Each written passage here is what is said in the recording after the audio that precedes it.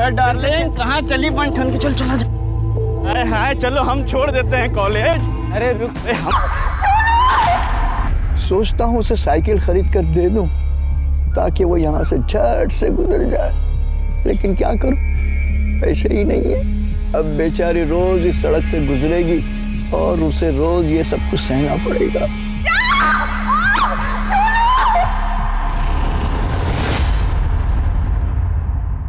नमस्कार, आदाब। मैं अनूप सोनी क्राइम पेट्रोल सतर्क के ब्लैक हेडलाइंस अध्याय के आज के एपिसोड में आप सबका स्वागत करता हूं। आज जो केस हम आपको दिखा रहे हैं उसकी यादें जरूर आपके जहन में अब तक ताजा होंगी।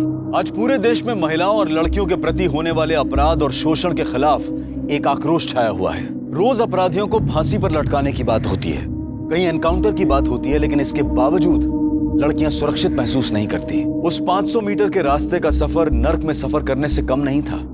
वो 500 मीटर की सड़क जहां हर रोज किसी न किसी लड़की के साथ कुछ ना कुछ जरूर होता था। अरे बिट्टू की अम्मा, अरे आज बिट्टू से मिलने जाना है बहुत जल्दी। घर पे बिट्टू राह देख रहा होगा अपनी, है ना? आज जाना चाहिए घर पे। मैं तो सोच रहा हूँ उसके लिए कुछ टॉफी वगैरह लेके।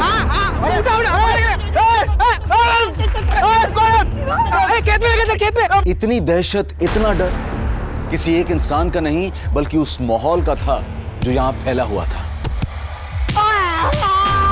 इस मनुष्य सड़क में इतनी ताकत थी कि वो रोज लोगों की किस्मत का फैसला करती थी।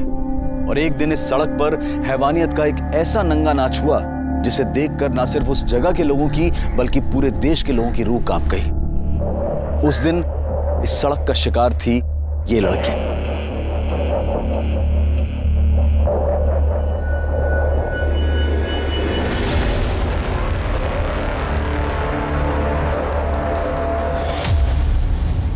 आज हम आपको इस लड़की की कहानी सुनाने जा रहे हैं। क्या हुआ था इस लड़की के साथ और आखिर इस 500 मीटर के खौफ के पीछे की असली ताकत क्या थी?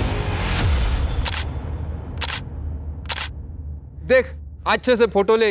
रुक्मिणी ताई के कद से भी दुगने बड़े पोस्टर बनने चाहिए। रुक्मणी से बड़ा कोई नहीं हो सकता, उसका पोस्टर भी नहीं। वो तो है ताई।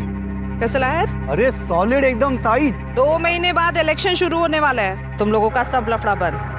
कोई राडा नहीं चाहिए मेरे को। सब औरत लोग माँ नहीं तो बहन, कोई मजाक नहीं, मस्ती नहीं, मारा मारी नहीं, समझ ला? अरे ताई आप निश्चिंत रहिए, हम कोई लफड़ा नहीं करेंगे। लफड़ा किया तो ना सबके खाल में भूसा भर दूंगी। ए सुनना, अरे सच्ची वाला लव यू करते रहे तुझसे। अरे अब क्या खून से चिट्ठी लिख कर दे क्या? क्या रे, कौन शादी के लिए बोल रहा है तुझको? इतना क्यों भाग रही है? एक दिन के लिए गर्लफ्रेंड बन जाना। हाँ चले खेत में, चलो चलो। जाने दो हमें। चलो चलो चलो चलो चलो चलो जाने दीजिए। Sorry sorry.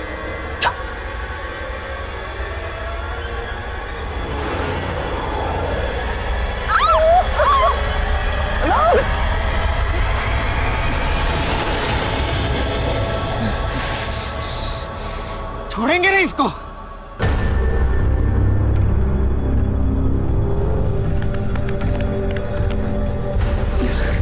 साला कोत्रिया। सुन, बाबा को इस बारे में कुछ मत बताना वरना हमारा कॉलेज आना जाना बंद कर देंगे। चल। ये लो।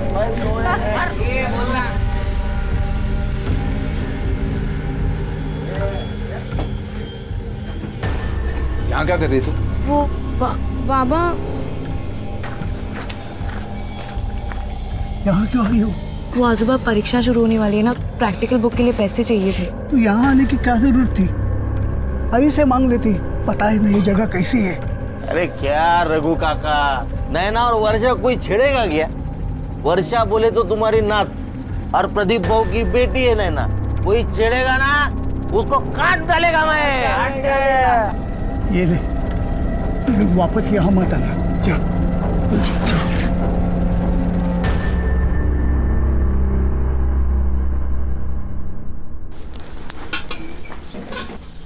आजोबा, ये बाकी के पैसे अपने पास रख ले बेटा, और देख फिर कभी दुकान पर मत आना।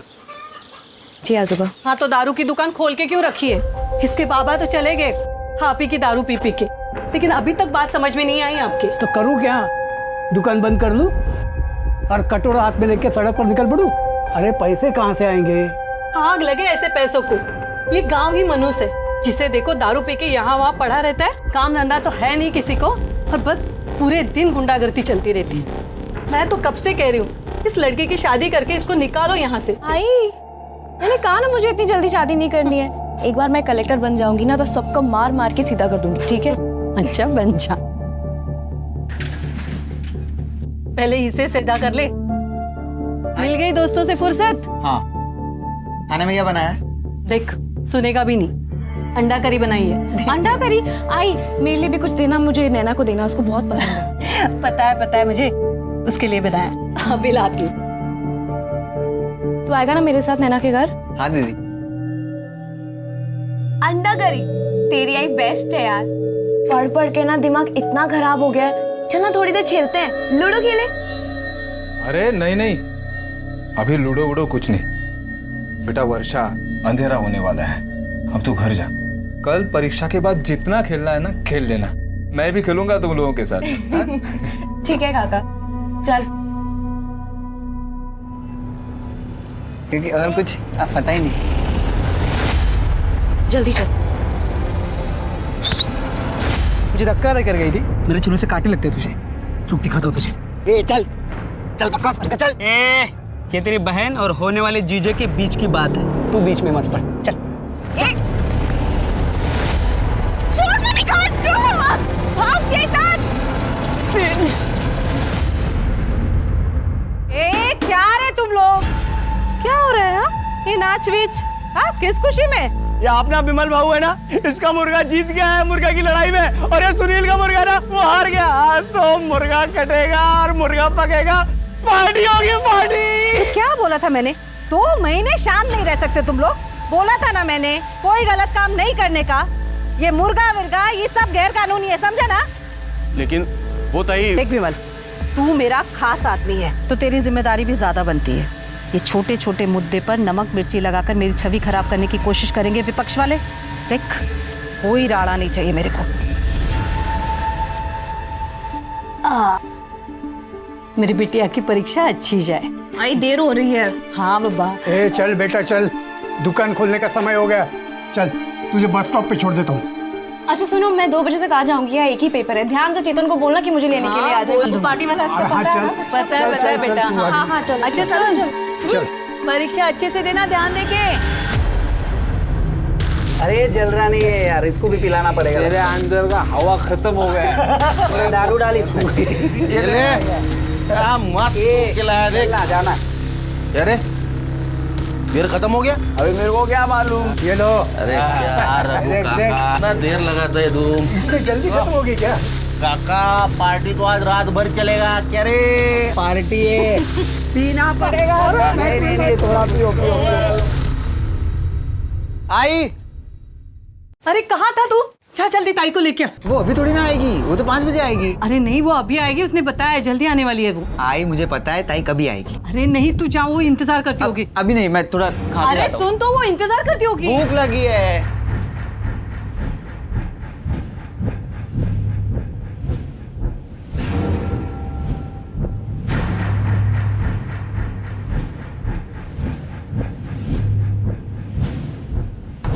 चेतन बेटा जाना जल्दी से। माँ खाने देना, बहुत भूख लगी है। अरे वो इंतजार करती होगी कभी से, जाना। क्या नहीं? अरे उसका आज एक ही पेपर है, 2 बजे आने वाली है वो स्टॉप पे। हाँ, एक ही पेपर है? हाँ, ऐसे पहले बताना चाहिए ना। अभी से बता रही हूँ, जल्दी जा करके हो गया, रखना, बाद में होगा। खाने आने के बाद खा। होगा। बस जहाँ जल्दी। हाँ लड़का है।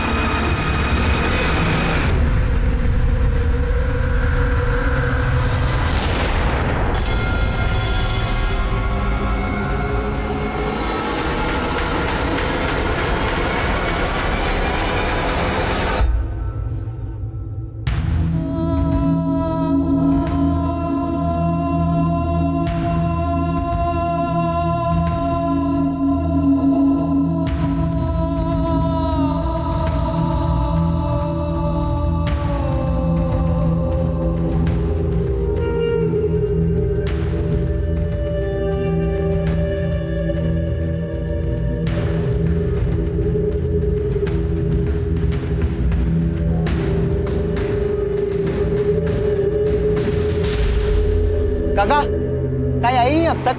आई तो थी, घर पे गई है। काका मैं घर जा रही हूँ, अगर कुछ भी कर लेकिन मेरी बच्ची को ढूंढ के लेके आ कहीं से भी। अरे हम ढूंढने जा रहे हैं उसे, कुछ नहीं हुआ वर्षा को। मैं रुक्मिणी दा से कह दूंगा। चलो। क्या हुआ क्या? पता नहीं वर्षा कहाँ चली गई। अरे ऐसे कैसे? चलो ढूंढते हैं उसे, चलो। वर्षा वर्षा वर्षा वर्षा वर्षा मिली वर्षा? नहीं मिली। नहीं मिली वर्षा। वर्षा वर्षा वर्षा ओ वर्षा वर्षा ताई वर्षा वर्षा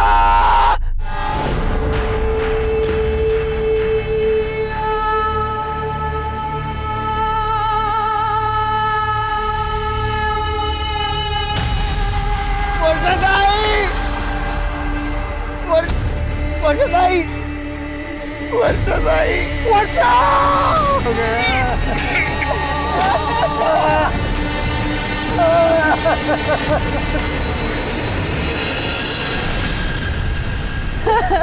वर्षा मेरी बच्ची।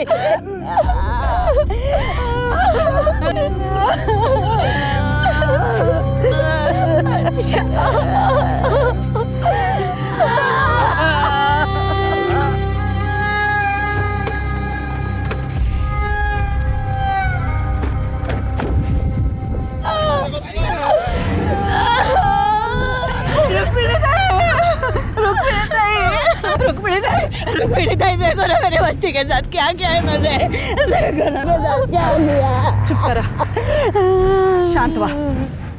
जिसने भी हमारी वर्षा के साथ ये सब किया है ना, तुम्हारी रुक्मिणी ताई उसे छोड़ेगी नहीं। उनके आंसू रुलाएगी उसे। पाताल में भी होगा तो ढूंढ के निकालूंगी मैं। 24 घंटे के अंदर, 24 घंटे के अंदर इसका फैसला होगा।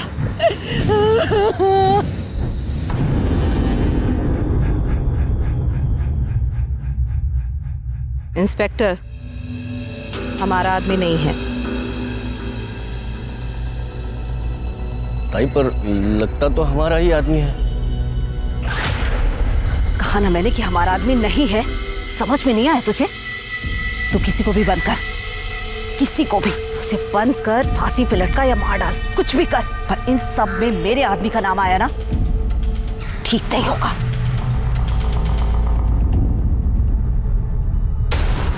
हत्यारों को फांसी दो, हत्यारों को फांसी दो, हत्यारों को फांसी दो, फांसी दो, फांसी दो, हत्यारों को फांसी दो, फांसी दो।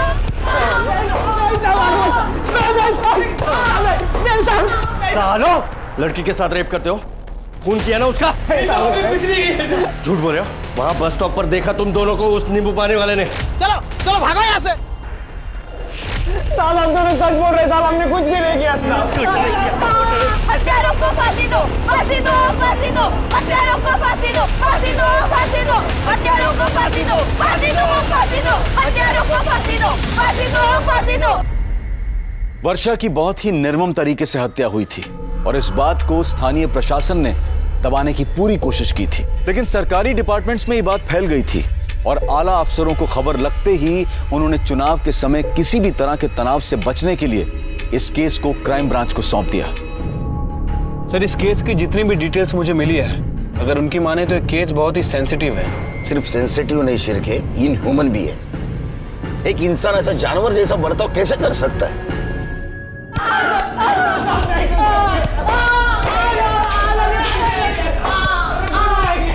थांबा। इन लोगों पर कितना टाइम बर्बाद करेगा तू? इनका फैसला मैं अभी कर देती हूँ। चल चल चल चल। साहब रोकिए इन्हें, बाहर भीड़ मारेगी लड़कों को। अरे इन्हें भीड़ के हवाले नहीं किया तो ताई हमें मार देगी। चलो। हत्यारों को फांसी दो, फांसी दो, फांसी दो, हत्यारों को फांसी दो, फांसी दो, फांसी दो। शांत रह। इन दोनों गुनहगारों को हम सब मिलकर सजा देंगे। इन दोनों को मैं अपने हाथों से मारकर वर्षा को न्याय दिलवाऊंगी।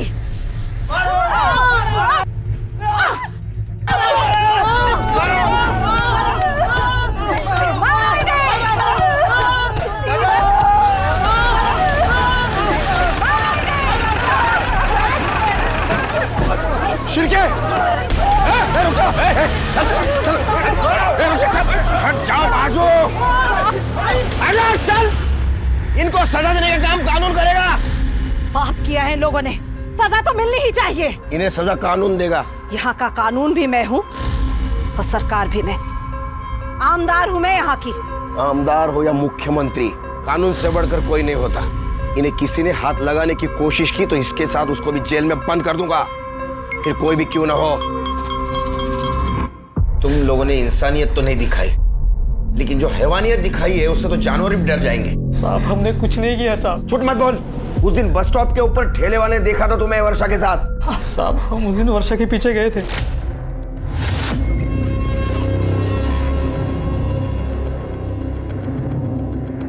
घर छोड़ देते, चलो घर छोड़ देते। अरे आओ, अरे चलो चलो, अरे चलो चल चल, अरे चल, अरे क्या चल रहा है? अरे चलो चलो भागो यार।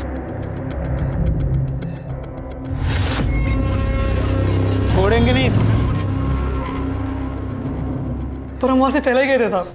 साहब ये लोग हमें फंसाने की कोशिश कर रहे हैं साहब। साहब ये लोग हमें मार देंगे साहब। अगर ये सच निकला ना, फांसी पे लटकोगे। सर लड़की यहाँ पर अपने माँ, भाई और दादा के साथ रहती थी। ये उसकी पीएम रिपोर्ट है सर। काफी बुरी तरह से उसका मर्डर किया गया सर। उसे घसीट कर ले जाया गया, जिससे उसके हाथ का नाखून टूट गया। पहले उसके सर पे मारा गया और उसके बाद उसके मुंह में सैनिटरी नैपकिन ठूसा गया ताकि कोई उसकी आवाज ना सुन सके। और सर फिर उसके साथ बहुत ही बुरी तरह से गैंग रेप किया गया। फिर उसे मारने के लिए उसका गला दबाया गया। जब वो नहीं मरी तो फिर उसे पानी में डुबोकर मारा गया। और सर सबसे घिनौनी बात, मरने के बाद उसके प्राइवेट पार्ट में लोहे का सरिया डाल दिया गया। इतना ही नहीं सर, उसके दोनों पैरों को बीच में से नाभि तक चीर दिया गया। किस तरह के लोग हैं ये शिरके? हाँ, किस तरह के लोग हैं ये? मैंने मेरे पूरे पुलिस करियर में बहुत सारे रेप केसेस हैंडल किए, लेकिन इतना ब्रूटली कभी नहीं मारा किसी ने किसी को। उन लड़कों के साथ डीएनए मैच होता है?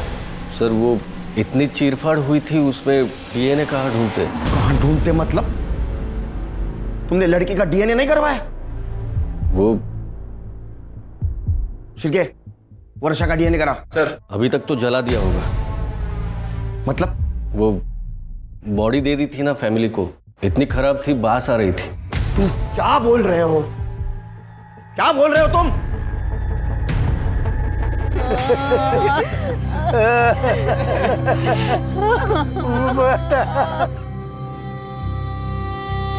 मैंने कहा ना मुझे इतनी जल्दी शादी नहीं करनी है।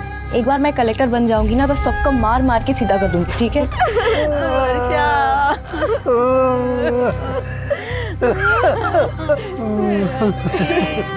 माफ कीजिए, हमें वर्षा की बॉडी चाहिए। वो साहब तो कह रहे थे कि सब हो चुका है। डीएनए होना बाकी है। चेतन जरा मेरे साथ आओ, बात करनी है। देखो राहुल और गोपाल को पुलिस ने अरेस्ट तो कर लिया वर्षा के रेप और मर्डर केस में, लेकिन फिर भी चेतन मैं जानना चाहता हूँ उस दिन क्या हुआ था।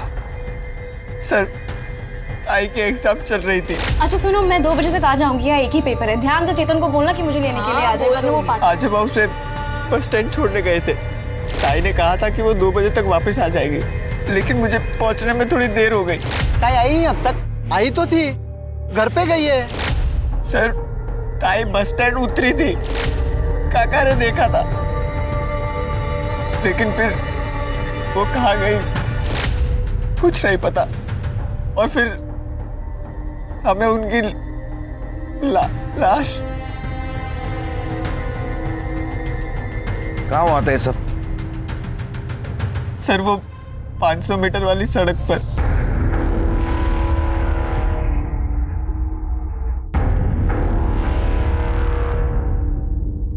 सर यहाँ इसी रास्ते से ताहिर उस कॉलेज से आ जा करती थी।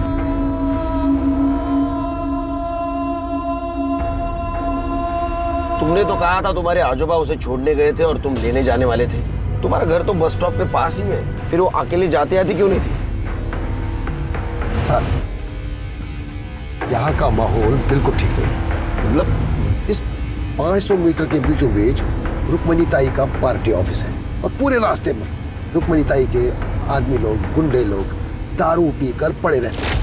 हर आने जाने वाली लड़कियों को, औरतों को, सबके साथ बदतमीजी करते हैं। कोई कुछ कहता नहीं? शायद कोई कुछ कहता है तो चाकू मार देते हैं। तो तुम पुलिस वाले क्या करते हो?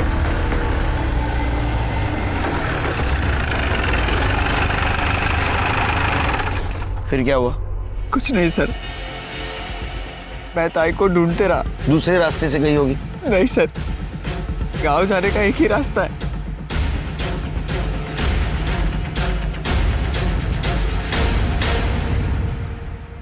शिरके,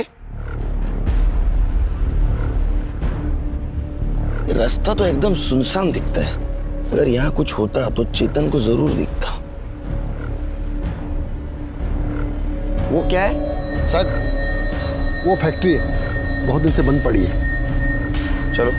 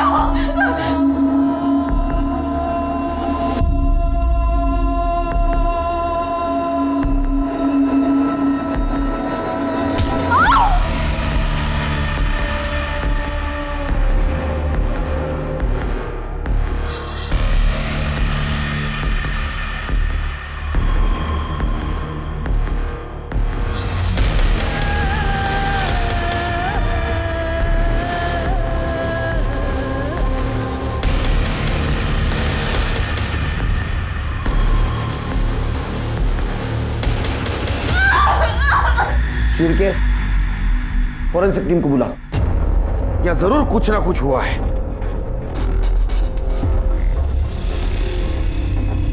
तुम उस दिन इस एरिया से गुजर रहे थे, कुछ नोटिस किया?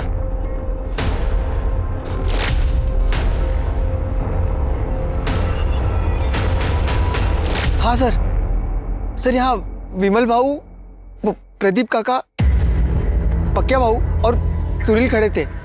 और सर, विमल के शर्ट पे खून लगा था। कहाँ मिलेंगे? सर, ये जो विमल है ना, विमल, ये रुक्मणी ताई का खास आदमी है। ये पूरा दिन वही होता है और सिर्फ शाम को सोने के लिए आता है। और ये प्रदीप है ना, वो आगे वाले गांव में रहता है। और ये रुक्मिणी यहाँ के आमदार है? हाँ सर। तो सर्च वारंट के बिना उसके घर नहीं घुस सकते। शिरके, सर्च वारंट निकलवा, तब तक हम प्रदीप से बात करते हैं। ये सील कर दो पूरा। आई, आई, ये तू क्या कर रही है? आई, छोड़ इसे। आई, क्या हुआ है? बोलेगी? चिंता मत कर तू, मैं आत्महत्या नहीं कर रही हूं। मैं तो देख रही थी कि कितना दर्द होता है और उन हैवानों ने तो मेरी बेटी को चीर दिया, कितना दर्द हुआ होगा। सब मेरे वजह से हुआ है। ना उस दिन मैं जाने में देर करता और ना ताई के साथ ये सब।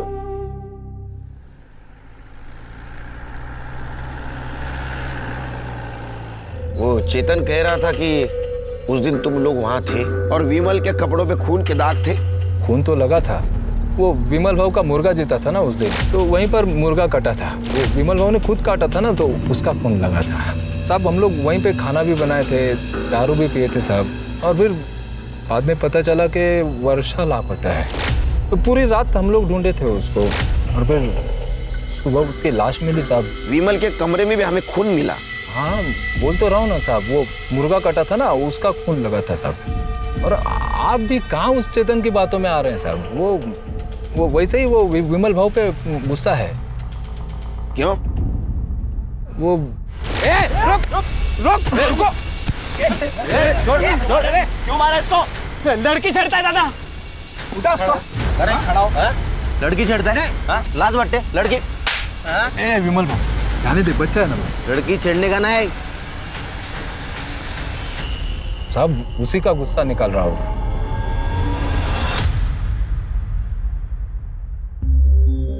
अपनी बेटी की लाश देखकर एक माँ की छाती कैसे फटी होगी समझ सकती हूँ मैं। देख, मैं तेरा दुख तो नहीं बांट सकती, तुझे इस दर्द के साथ ही जीना होगा। हाँ, पर मैं वो जरूर कर सकती हूँ जो एक बड़ी बहन के हाथ में है। 20 लाख दिलवा सकती हूँ तुझे सरकार से, और चेतन को सरकारी नौकरी भी। बड़ी मेहरबानी होगी आपकी। उठ उठ, चली जाओ, चली जा। तेरे आदमियों ने मेरी बच्ची के साथ गंदा काम किया, मार डाला उसे, चितड़े किए उसके। तुम अब आई हो हमें यहाँ नौकरी और पैसों की लालच दिलाने। चली जा यहाँ से। अरे क्या बोल रही है तू? आप क्यों बैठे हैं? तू अपने आदमियों को कितना भी अपने पल्लू के पीछे छुपा दे, भगवान ना उन्हें माफ करेगा ना तुम्हें, समझे?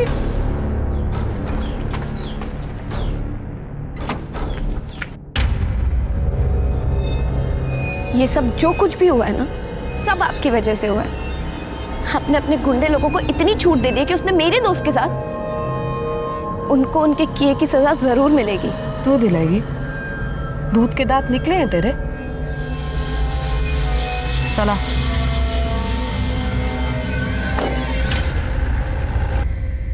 सर, सुनील पकिया और विमल की फोन लोकेशन के हिसाब से उनके फोन की लोकेशन इसी एरिया में है।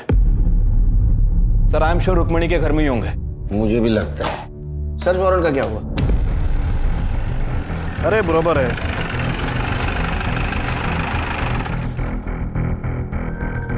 आप यहाँ डिलीवरी देने आए थे? कोई कुछ भी कह ले, लेकिन मैं नहीं मानता। उन लोगों ने मेरी बच्ची के साथ कुछ किया होगा, और किया होता ना तो रुक्मिणी ताई खुद उन्हें जिंदा जला देती।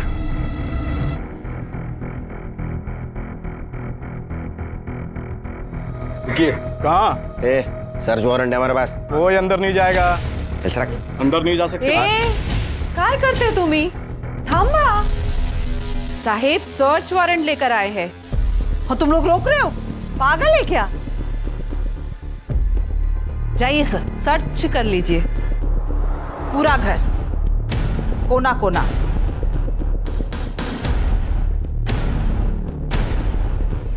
करने बगा जरा सुधा।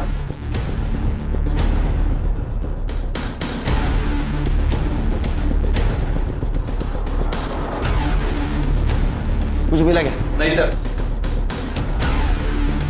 नहीं सर। नहीं सर। क्या हुआ साहेब? कुछ मिला क्या? नहीं ना? पहले ही कहा था, आमदार हूं मैं, कोई गैर कानूनी काम नहीं करती। नमस्कार साहेब।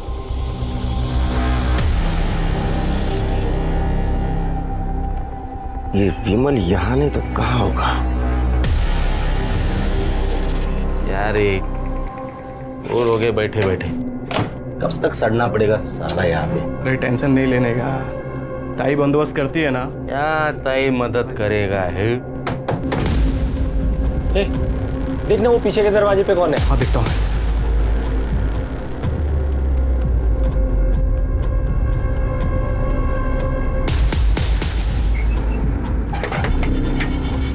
बियर लाया हूँ। हाँ चल आजा जा। बहू जरा पानी देना। बड़े साहब का फोन आया था, उस खोली में वर्षा का एक खून था। मना किया था आपको, छोड़ दीजिए ये काम, लेकिन आपने नहीं माना। देखिए अब आप ही के दुकान से दारू खरीदकर उन्होंने पी और आप ही के पोती का ये हाल कर दिया। साहब, रुक्मिणी विमल, सुनील और पकिया को गांव से निकालने वाली है। भाई को लगा कि ये केस हमारे पुलिस वाले के हाथ में, लेकिन बाबा ये क्राइम वाला ऑफिसर बहुत कड़क है। अरे छोड़ना यार, वैसे भी ताई ने कहा है ना, आज रात नहीं तो कल रात तक पक्या बाबू विमल और सुनील को यहाँ से बाहर निकाल देंगे। बराबर है, बराबर है। अरे चल आजा आजा। ये पूरा है ना? आपने पहले क्यों नहीं बताया हमें ये? मुझे भरोसा था साहब कि वो मेरे साथ, मेरे पोती के साथ ऐसा नहीं कर सकते।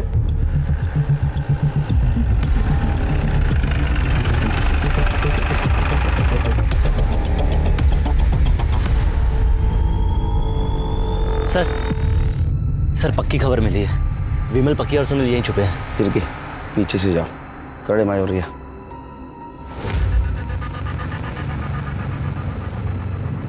पर हो गया ना मेरा।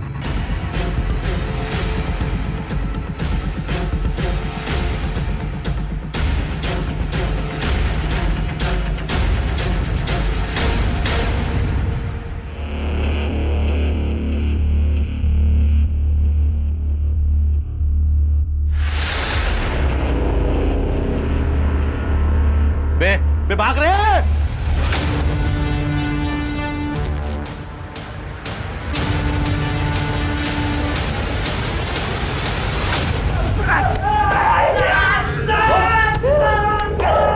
नया है ना, इसलिए तेरे को पता नहीं तेरे साथ क्या हो सकता है।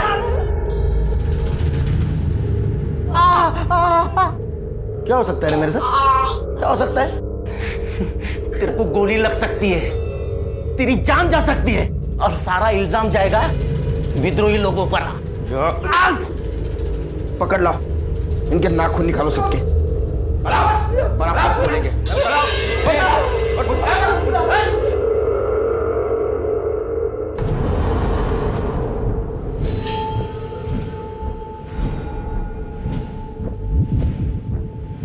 नहीं बोलेगा? नहीं साहब, नहीं साहब सुनिए ना साहब, नहीं बताता हूँ साहब। बोल। हम लोगों ने ना रेप किया था। क्या बक रहा है बे? हाँ साहब, हमने रेप किया था साहब। मैंने, पकिया ने और विमल भाव ने मिलकर उसका बलात्कार किया था साहब। ये दोनों झूठ बोल रहे हैं। ये सच बोल रहे हैं और तू भी सच बोलेगा। जाओ साबित करके दिखाओ, जाओ। हम साबित भी करेंगे और तुम लोगों को सजा भी दिलवाएंगे। चिरगे सर, इसका सीमेंस का सैंपल कलेक्ट करो और डीएनए टेस्ट कराओ। सर, क्राइम स्पॉट की डिटेल्ड फॉरेंसिक रिपोर्ट आ गई है। सर, वर्षा की बॉडी पर किसी का भी डीएनए ट्रेसेस नहीं मिला। क्या? हाँ सर, बॉडी पूरी तरह से क्लीन है। क्या? हाँ सर। और सर, डीएनए रिपोर्ट यह भी कह रही है कि वहाँ 3 लोगों के सीमेन के ट्रेसेस भी मिले, लेकिन वो ना तो गोपाल से मैच करते हैं, ना प्रदीप से और ना ही सुनील से। लेकिन सर, अंदर जो यूरिन का सैंपल मिला है वो प्रदीप से मैच करता है। अरे मुझे कुछ नहीं पता है साहब। कुछ नहीं पता? उस कमरे में वर्षा का ब्लड, तुम्हारी पेशाब मिली, फिर भी तुम्हें कुछ नहीं पता? साहब, जो भी हुआ होगा मेरे जाने के बाद हुआ होगा। अब रहा सवाल पेशाब का, तो लोग सब नशे में थे साहब, कर दिया होगा मैंने, बहुत पी ली थी साहब, वरना कोई होशमंद आदमी कमरे में पेशाब करेगा कैसा? इतनी पी ली कि नशे में पता भी नहीं चला तुमने रेप किया या नहीं किया। अरे नहीं साहब, मैंने रेप नहीं किया। देखो उस कमरे में तुम्हारे सीमेंट नहीं मिले, लेकिन तुम उस कमरे में थे, इसमें दोहरा नहीं।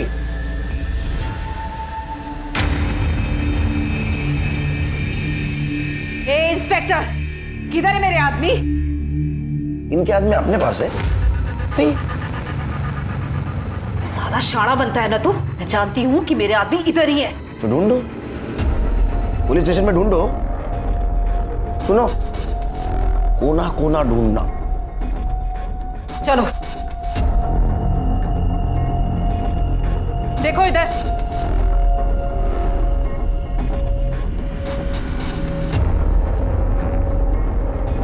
मिला क्या? नहीं ताई।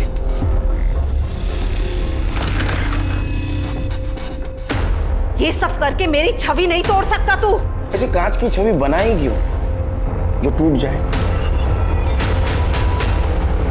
रुक्मणी हाय हाय, रुक्मणी हाय हाय, रुक्मणी हाय हाय, रुक्मणी हाय हाय, रुक्मणी हाय हाय, रुक्मणी हाय हाय।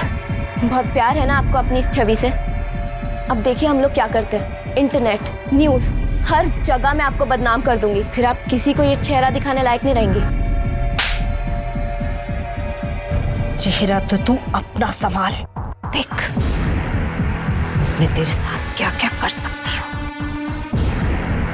रुक्मणी हाय हाय, रुक्मणी रुक्मणी हाय हाय, रुक्मणी हाय हाय।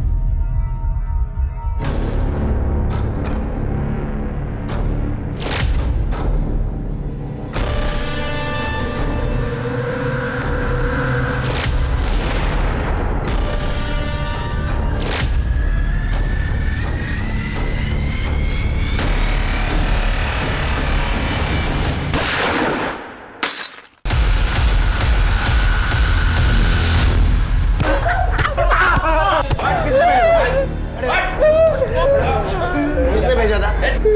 नहीं बताओगे? एसिड फेंकने आए थे ना? फिर क्या? एसिड लो अपने के मुंह पे।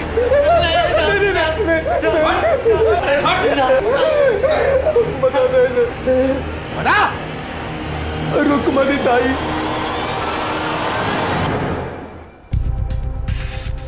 तू मेरा कुछ नहीं बिगाड़ पाएगा ऑफिसर। देखते हैं। चलो चलो। ताकत का नशा और ओहदे का घमंड इंसान के सर चढ़ जाता है और वो इतना मतलबी हो जाता है कि सही और गलत में फर्क नहीं कर पाता, जैसा कि रुक्मणी देवी के साथ हुआ। ये केस सिर्फ उस गांव, उस शहर ही नहीं बल्कि पूरे देश की नजरों में आ चुका था।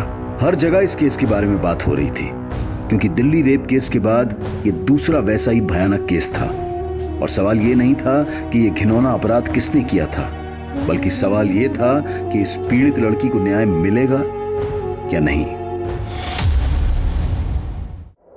मैंने कभी नहीं सोचा था कि रुक्मिणी ताई मेरी बेटी पर एसिड फिकवाएगी। अरे तुमने कभी रिश्ते का लिहाज नहीं किया तो रुक्मिणी ताई भला क्यों करती? जिस वक्त वर्षा का मर्डर हुआ उस वक्त तुम वहां थे ना? हाँ साहब, हम सब ने बहुत पी ली थी साहब।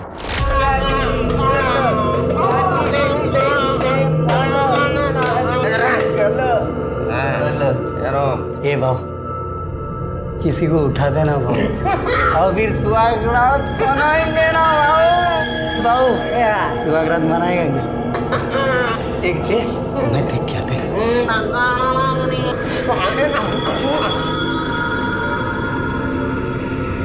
ए भाऊ, भाऊ इधर आना भाऊ, ये देख ये चलेगी क्या? भाऊ ये देख, ये अच्छी है ना? नहीं रे, उसका आदमी उसके साथ अपने कोई लफड़ा नहीं किएगा। बराबर, ये अच्छी है भाऊ, दोनों अच्छी है। हम लोग चारों पिए ले, कोई अकेली लड़की चाहिए अपने को। अरे क्या भाऊ, सालो तुम लोग देखते रहो, मैं अभी आता ही। हाँ तू जा।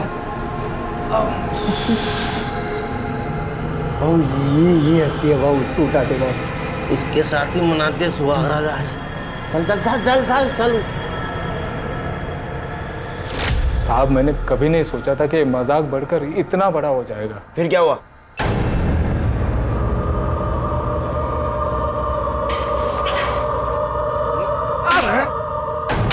तेरे को ऐसे करते हो शर्म नहीं तेरे को? साहब मैंने कुछ नहीं किया। क्या सबूत है तुम्हारे पास? तुम्हारे सीमेंट और उस रूम में जो सीमेंट मिले वो मैच हुआ है। तो क्या हुआ? मैं और कई लड़कियों को वहां पे लेके जाता था। फिर क्या ऐसा नहीं मानेगा? इनफैक्ट मुझे टाइम वेस्ट करना ही नहीं है। ले चलो। कहाँ लेके जा रहा है?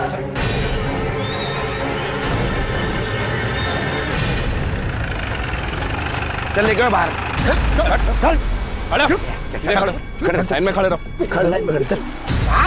मेरा समझाएगा हमको? हम लोग भागेगा ना, ठोक देगा हमें ये। वैसा भी ठोकूंगा मैं तेरे को। हाँ रुक में नहीं था, तेरे को छोड़ेंगे ना। उसको नहीं छोड़ेंगे हम, जेल में बंद है वो। भाग। चल भाग। चुप भाग। हालत में हो गया था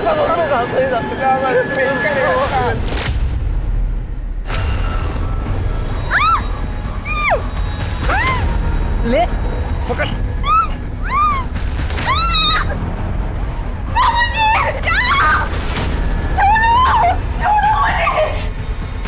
तो मेरे पापा जैसे हो, मुझे जाने दीजिए। ए विमल, अरे ये अपनी वर्षा है रे, इसको छोड़ दे। आता है शिकार, कोई छोड़ता है क्या?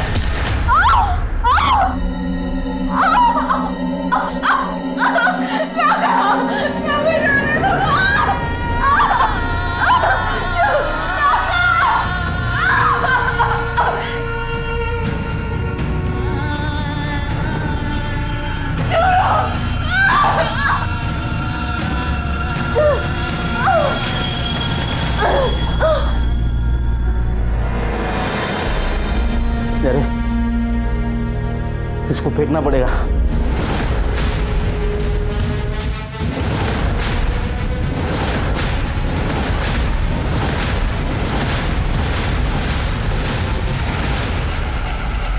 बे, वो लड़की को वहां से उठाना पड़ेगा। वो चेतन ने हमें यहाँ देख लिया है। ये तुम लोगों को जो करना है ना वो करो, मैं अब तुम लोगों का साथ नहीं देने वाला।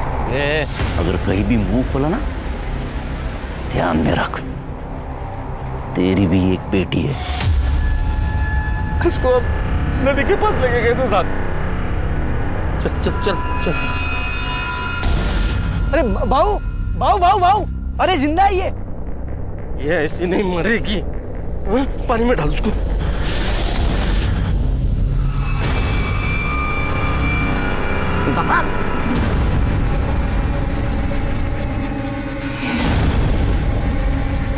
बाद में मैंने उसके अंदर रॉड घुसा दी साहब, पके और मैंने साहब चिर दिया था साहब।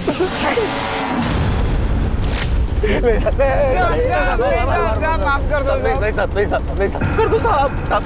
सब मार दो गोली, देखा जाएगा जो होता है। सर जानवर है साले, इन्हें जीने का अधिकार नहीं। सर मारिए गोली। सर गाला गोला है ना, मारा। मारिए गोली, ने मारिए।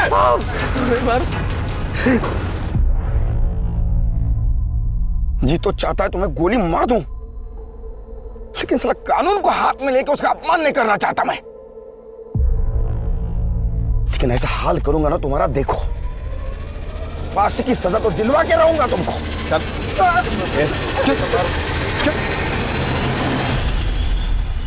और इस जघन्य अपराध के लिए विमल, सुनील और पकिया को फांसी की सजा दी गई। रुक्मणी को नैना पर हमला करवाने के लिए सजा मिली और प्रदीप को सबूतों की कमी के कारण छोड़ दिया गया। क्या सच में सभी अपराधियों को गोली मार देनी चाहिए या उन्हें जनता के हवाले कर देना चाहिए ताकि वो उन्हें सजा दे सके? नहीं, ऐसा करने से न सिर्फ देश की कानून व्यवस्था बल्कि सामाजिक व्यवस्था भी खतरे में पड़ जाएगी। अब मैं अनूप सोनी आपसे विदा लेता हूं। फिर मुलाकात होगी क्राइम पेट्रोल सतर्क के ब्लैक हेडलाइंस अध्याय में एक और नए केस के साथ। और याद रखें, क्राइम और आपके बीच में सिर्फ इतना फर्क है कि आप कितने सतर्क हैं। सतर्क रहें, सुरक्षित रहें। जय हिंद।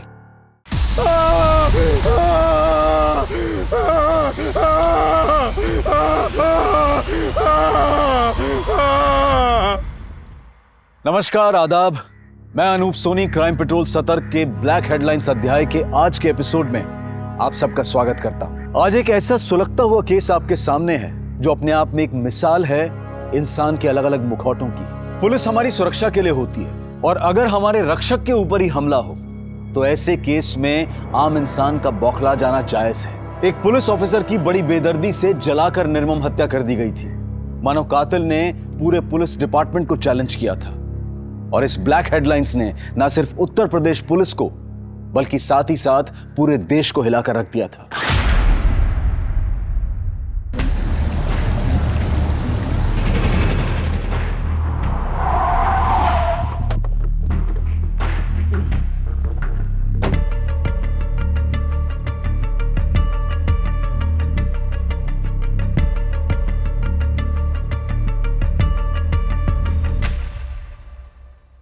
सर, ये रही वो फाइल।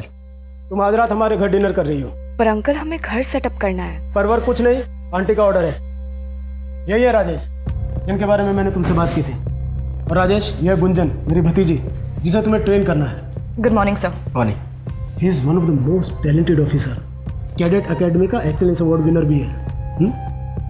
और राजेश, तुम्हें मेरी भतीजी को ट्रेन तो करना ही है, लेकिन इसे मेरी भतीजी समझकर छूट देने की कोशिश मत करना। और गुंजन, हमारा मेंटर बहुत स्ट्रिक्ट है, जरा ध्यान से। अंकल ने आपकी बहुत तारीफ की है। I am really lucky to have you as my mentor. सुबह 7 बजे workout and be on time. Good luck.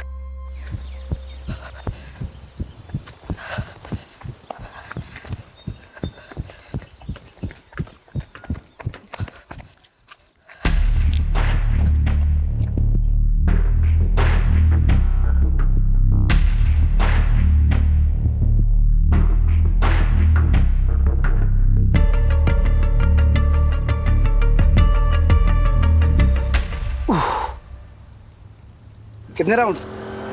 1100। थक गई? No sir. अरे Shiv Prasad, good morning sir. Good morning. बच्चों को स्कूल छोड़ दिया? जी सर। और सपाटे मारो। अरे सर, हमसे नहीं हो पाएगा। बस ऐसे पेट लेके घूमती रहो। फिर बंदोबस्त के लिए तैयार हो? Yes sir. गुड।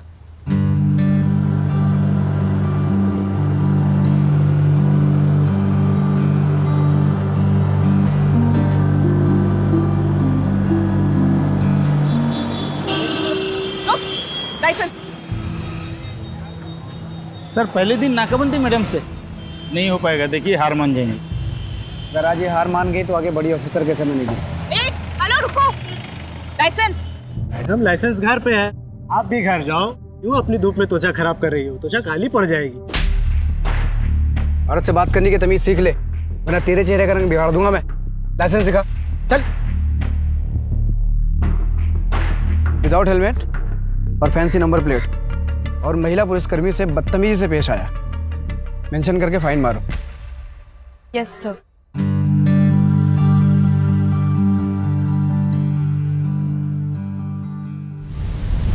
सर, आप इतना कॉन्फिडेंस लाते कहाँ से हैं?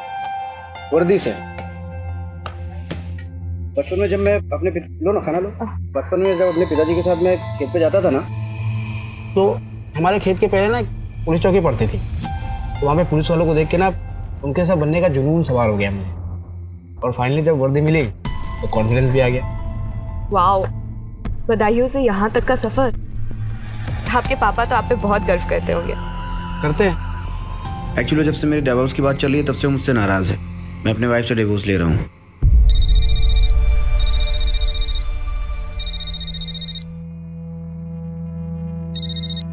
हाँ। कहाँ तक पहुँचे? कहाँ पहुँचे मतलब? तुमसे तो बात ही करनी बेकार है। सोनू का बर्थडे भी याद नहीं है ना आज तुमको? हेलो हेलो, सॉरी, कुछ अर्जेंसी है, मुझे निकलना पड़ेगा। Okay sir.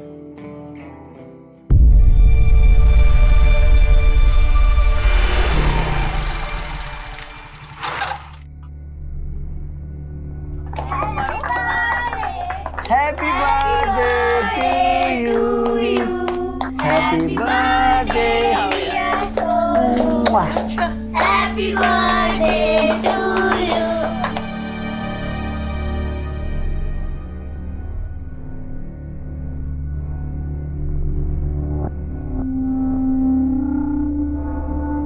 मुझे सुबह जल्दी उठना है।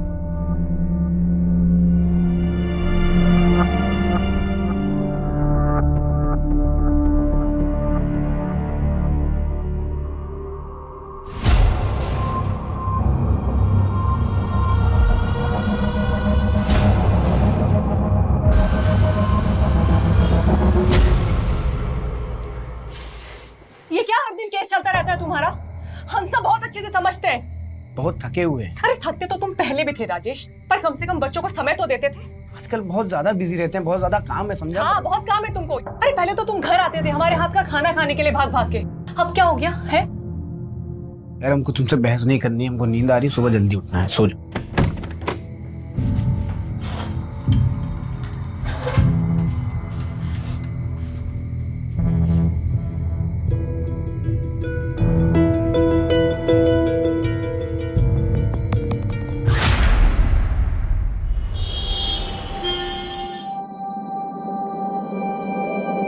हेलो, हमको मिलना है तुमसे।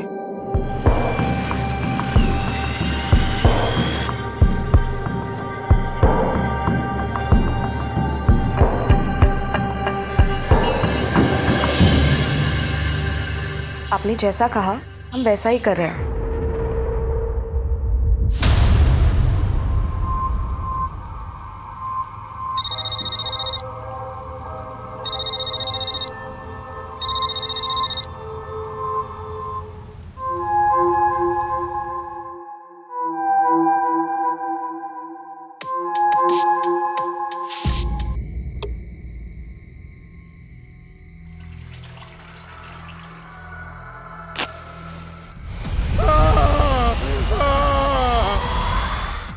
आज के दौर में ये कहना गलत नहीं होगा कि आप किसी भी इंसान को पूरी तरह से नहीं जान सकते हैं। हम सभी अपने चेहरों पर कई चेहरे लेकर चलते हैं। राजेश की जिंदगी में पिछले कुछ दिनों से जो चल रहा था उसका परिणाम एक भयानक रूप में सामने आया था। इतना तो तय था कि वारदात के बाद सामान्य रूप से चल रही कई जिंदगियों में भूचाल आने वाला था।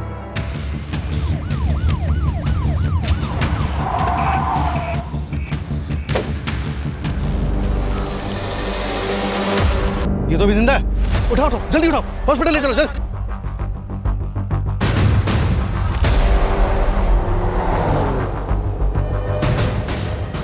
आईडी नंबर नोट करो, 7741। इसकी इंफॉर्मेशन निकालो जल्दी।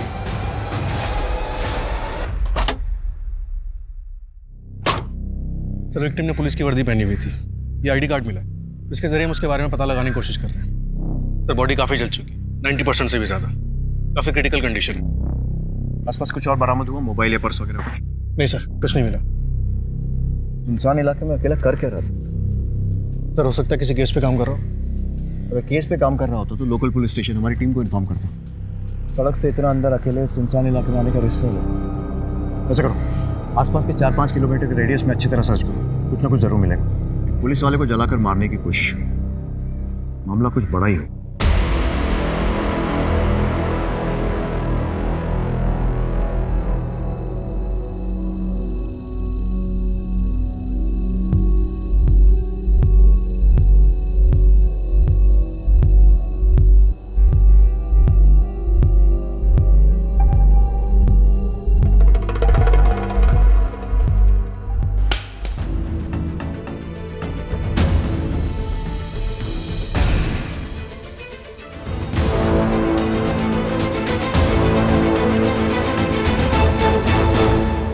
ओके सर, विक्टिम के आईडी कार्ड से पता चला है कि उसका नाम राजेश कुमार है। कुंदीनगर थाने में सब इंस्पेक्टर है। बाकी की डिटेल जानने के लिए थाने के इंस्पेक्टर सुनील त्यागी से बात करनी होगी।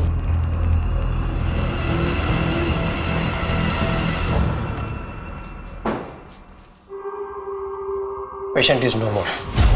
मरने से पहले उसने पेपर पर यह लिखा।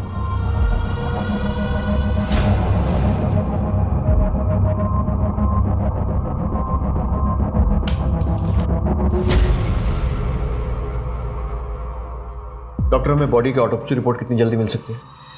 ऑटोप्सी रिपोर्ट तैयार करने में हमें कम से कम 24 से 48 घंटे लगेंगे। राजेश के साथ ऐसा होना हमारे लिए काफ़ी शॉकिंग है। राजेश उस इलाके में किसी केस की इंक्वायरी के लिए गया था? केस? राजेश तो काफ़ी वक्त से सस्पेंडेड था। उस पर तो डिपार्टमेंटल इंक्वायरी चल रही थी। इंक्वायरी? जी। एक्चुअली हमारे एक ऑफिसर ने लक्की नाम के एक हिस्ट्री शीटर को गिरफ्तार किया था और उसके पास से 2 पिस्टल बरामद हुई थी। काफ़ी पूछताछ के बाद उसने कबूल किया कि वो पिस्टल उसे राजेश ने दिए थे। राजेश उस वक्त हमारे थाने का आर्म्स इंचार्ज था। ये लकी अभी भी आपकी कस्टडी में है? जी हाँ। अच्छा, ये आमला कौन है? राजेश की बीवी। देखिए जी, आपको क्या लगता है राजेश उस सुनसान इलाके में क्या करने गया होगा? हो सकता है उसे अपने केस के बारे में कोई क्लू मिला हो या किसी से मिलने गया हो। मैं पक्के तौर पर कुछ नहीं कह सकता। Excuse me. इस लकी से पूछताछ के लिए परमिशन निकलवाओ। और वो राजेश के घर का सर्च वारंट गीता लेकर आ रही है सर। ब्रेकिंग न्यूज आ रही है उत्तर प्रदेश के वाराणसी से, जहां एक पुलिस सब इंस्पेक्टर को जिंदा जलाकर मारने की कोशिश की गई है। सब इंस्पेक्टर का नाम राजेश कुमार है। हमारे संवाददाता हमारे साथ पल पल की रिपोर्ट शेयर कर रहे हैं। सर, हमें पता चला है कि सब इंस्पेक्टर राजेश कुमार को जिंदा जलाकर मारा गया है। पुलिस ने इस मामले में अब तक क्या कदम उठाए हैं? सर, क्या ये मामला पर्सनल दुश्मनी का है या इस मामले का लिंक किसी और बड़े मामले से है? देखिए, सब इंस्पेक्टर राजेश कुमार की हत्या हमारे डिपार्टमेंट पे भी शौक, लेकिन मैं आपको एक चीज की गारंटी दे दूं कि हम मुजरिमों तक पहुंचने में कोई कसर नहीं छोड़ेंगे। प्लीज। राजेश की हत्या की वजह से मीडिया में बहुत बवाल है। हमारे अपने आदमी के साथ क्राइम हुआ है, इसलिए सबकी नजर इस पर। तो मुझे इस केस में जल्द से जल्द प्रोग्रेस चाहिए। गीता, क्राइम लोकेशन पर एक टीम के साथ जाओ, फिर से अच्छी तरह पूरी सर्च करो। सर। दुबे, राजेश की बीवी अमला से मिलो, उससे पूछताछ करो और उसके घर की तलाशी लो। Right sir. और हाँ, जब तक ये केस सॉल्व नहीं हो जाता है कोई ब्रेक नहीं लेगा। Is that clear? सर।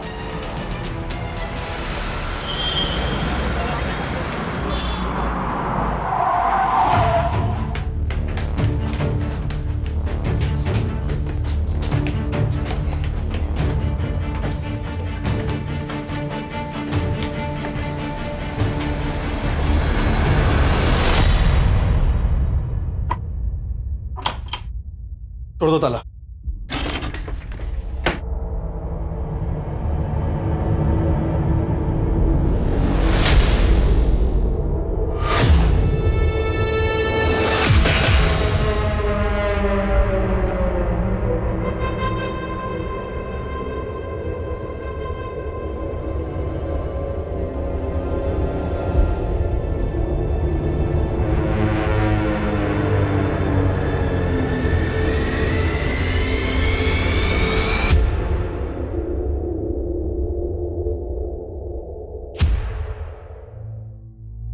ये राजेश की बीवी आमला कहाँ है? सर, कहाँ है ये तो पता नहीं, लेकिन 6-7 दिन हुए यहाँ से गए हुए। बच्चों के साथ निकलते हुए देखा था। और हाँ सर, हाथ में सूटकेस भी था। बहुत गुस्से में थी।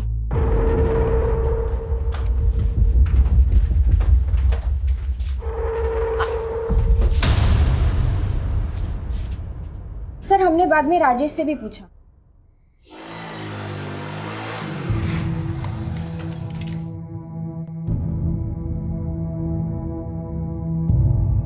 राजेश, आमला कहाँ गई है? वो हमारे गांव गई है, बदायूं। अचानक से? बताया नहीं उसने। सब ठीक तो है ना आप दोनों के बीच? हाँ, सब ठीक है। वो अचानक उसका जाने का प्लान बन गया ना, तो इसलिए शायद बताना भूल गई होगी। हमें थोड़ा अजीब तो लगा था, क्योंकि सर इससे पहले आमला कभी बदायूं नहीं गई। और वैसे भी सर, पति पत्नी में अगर झगड़ा होता है तो पत्नी मायके जाती है, ना कि ससुराल। उनके बीच झगड़े किस बात पे होते थे? झगड़े होते तो थे, लेकिन किस बात पर होते थे वो हमें नहीं पता।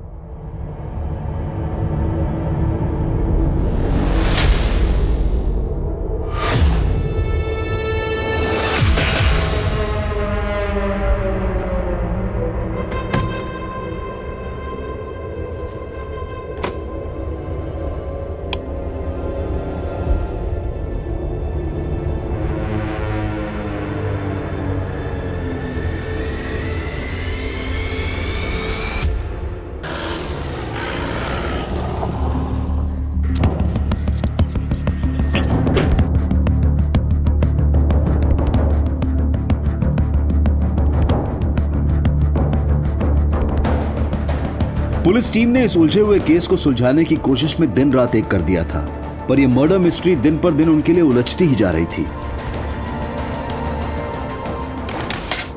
सर, पोस्टमार्टम रिपोर्ट के हिसाब से राजेश को जब जलाया गया तब वो काफी नशे में था। मतलब साफ है कि उस वक्त राजेश के साथ कोई था जिसने उसे पिलाया और फिर नशे की हालत में जलाकर मार दिया।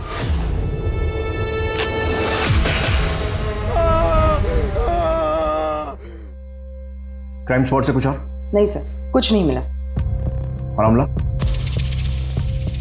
सर, पड़ोसी ने बताया कि आमला राजेश के गांव बदायूं गई है और राजेश की फैमिली बनारस आने वाली।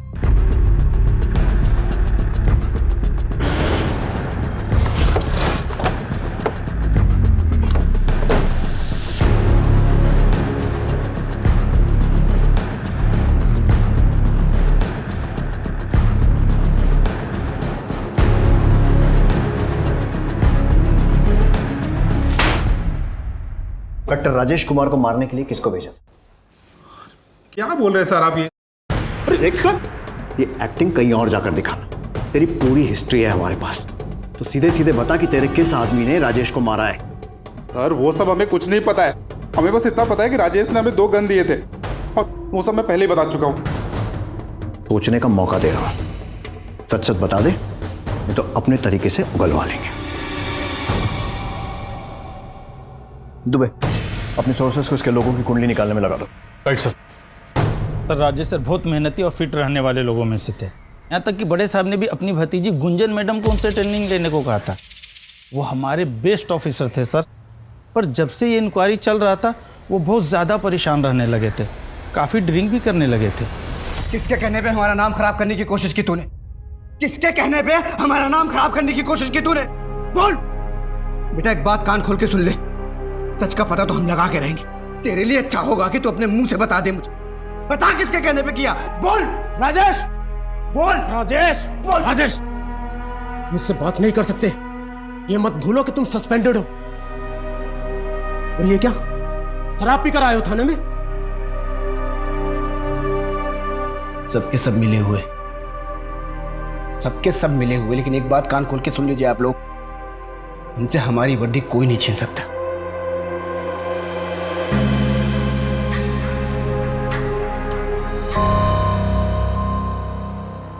अच्छा, राजेश की थाने में बाकी सब लोगों के साथ कैसी बनती थी? बाकी सब लोग के साथ तो ठीक ही था, पर अजय सर के साथ शुरू से उनका 36 का आंकड़ा था।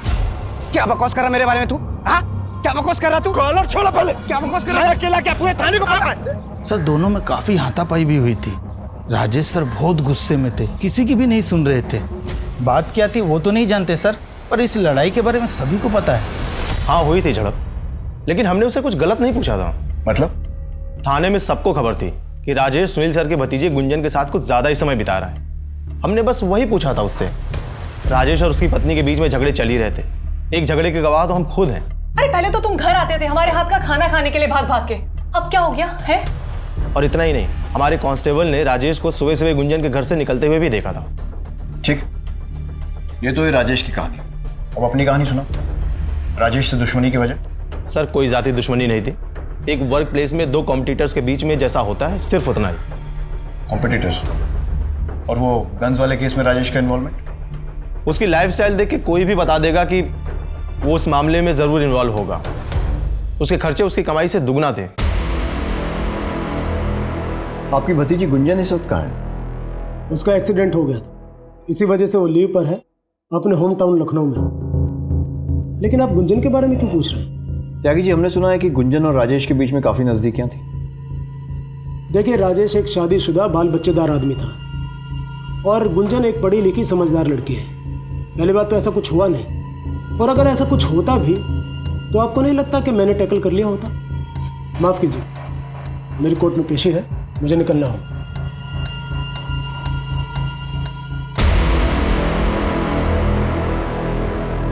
जैसे जैसे इन्वेस्टिगेशन आगे बढ़ रही थी, नए नए खुलासे हो रहे थे। एक पुलिस ऑफिसर की जिंदगी में वर्दी और ओहदे के अलावा कई केसेस की उलझनें भी होती हैं, और कई बार उन उलझनों का असर जाती जिंदगी पर पड़ता है और कई बार जाती जिंदगी का असर काम पर। राजेश मर्डर केस की अब तक की तहकीकात में दोनों ही पहलू बहुत उलझे हुए मिल रहे थे और ये केस अब बहुत बड़ा हो गया था।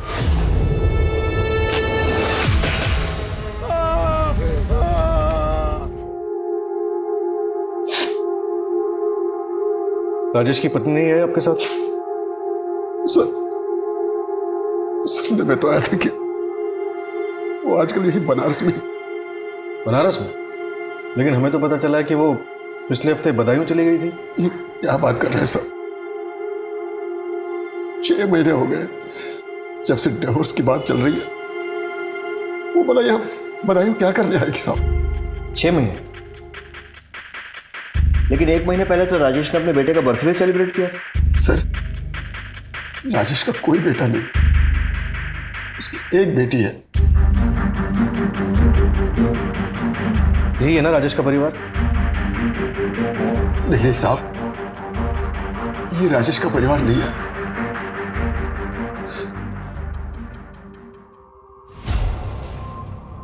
ये नीलम है सर,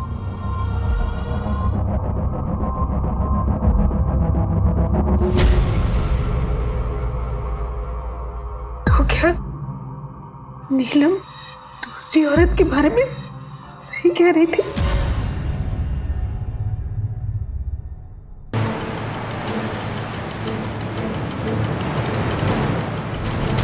शादी तो बस नाम की थी हमारी। शुरू में ट्रेनिंग के दौरान 3-4 महीने में 1-2 बार आ भी जाते थे।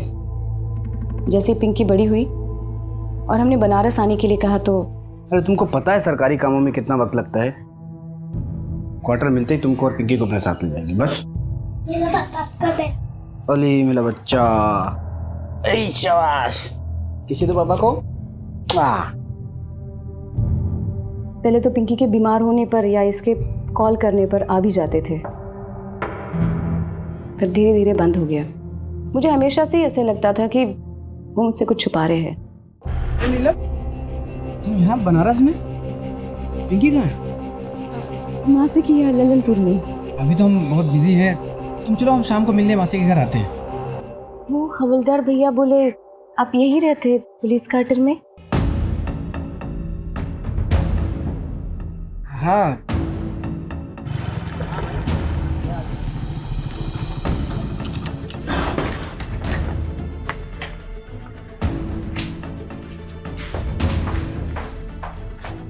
आपने बताया नहीं कि आपको पुलिस क्वार्टर मिला है? हम तो पिंकी की स्कूल शुरू होने से पहले ही शिफ्ट हो जाते यहाँ। अरे हम बताने वाले थे, भूल गए। अरे ज्यादा टाइम नहीं हुआ क्वार्टर मिले को।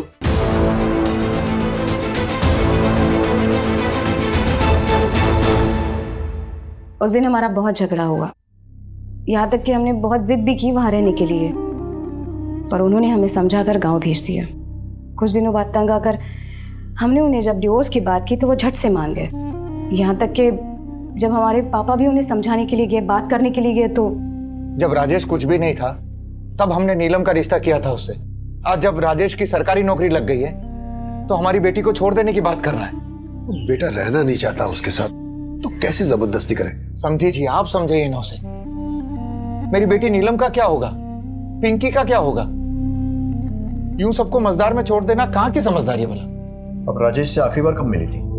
बनारस आने के बाद हम उन्हें कभी नहीं मिले। कभी भी नहीं? पिंकी की पढ़ाई और हमारी नौकरी में इतना समय निकल जाता है कि हमें फुर्सत मिलती ही नहीं, और हम अब पीछे मुड़कर नहीं देखना चाहते। सर, नीलम को देख के ऐसा बिल्कुल भी नहीं लगा कि उस पर राजेश की मौत का कोई असर हुआ है। क्योंकि राजेश और नीलम का डाइवोर्स भी नहीं हुआ। ऐसे में राजेश की मौत का डायरेक्ट फायदा नीलम को ही होगा। तो क्या सर, अब नीलम भी हमारी सस्पेक्ट लिस्ट में? बिल्कुल, नीलम की कॉल रिकॉर्ड निकलवाओ और साथ ही साथ ये भी पता लगाओ कि राजेश ने मरते समय आमला का नाम ही क्यों लिखा।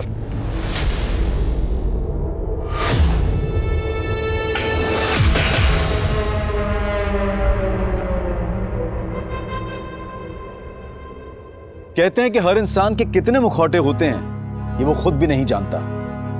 राजेश के कितने मुखौटे थे? अगर नीलम राजेश की पत्नी थी तो फिर अमला कौन थी? अमला का नाम राजेश ने मरने से पहले लिखा था। क्या वो कोई क्लू था, या फिर राजेश को अमला की चिंता थी, या वो अपने कातिल की तरफ इशारा कर रहा था? पुलिस के लिए गुत्थी सुलझने की बजाय हर कदम पर और उलझती जा रही थी। जिस अमला को पुलिस अब तक राजेश की पत्नी मानकर चल रही थी वो कोई और ही थी। पर कौन थी वो और कहां थी? और क्या राजेश की मौत में उसका कोई हाथ था? सवाल कई थे और पुलिस हाथ आती हर इंफॉर्मेशन से तार जोड़ने की कोशिश कर रही थी। सर, पता चला आमला राजेश की वाइफ ही नहीं है। क्या? यस सर, इतने दिनों तक राजेश हम सबकी आंखों में धूल झोंकता रहा और पता नहीं कौन कौन सी कहानियां सुनाई थी उसने हम सबको।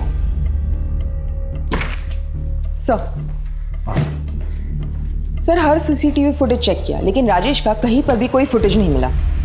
जिस भी व्हीकल पर डाउट होता है सर्च करो। राजेश किसी ना किसी जरिए से किसी साधन से वहां पहुंचा हो। आसपास वालों से भी पूछताछ जारी रखो। और सर, एक खबरी से ये भी पता चला है कि लकी के घर कुंती नगर थाने से कोई पैसे भेजता था। गीता, तुम लकी के घर जाओ। सर,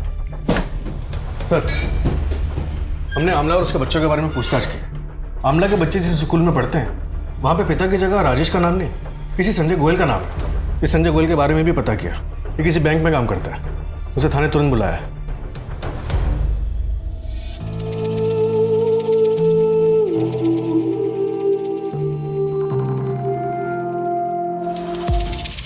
सर, हमारा तलाक 2 साल पहले हो गया था।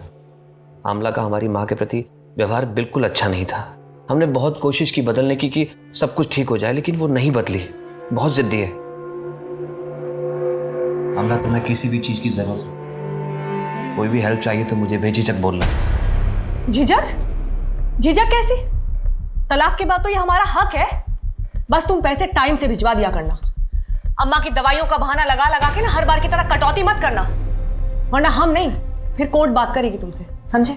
हम अक्सर आमला से और अपने बच्चों से मिलने उसके घर जाते थे, और एक दिन मम्मी कहाँ है तुम्हारी? मम्मी अंदर है।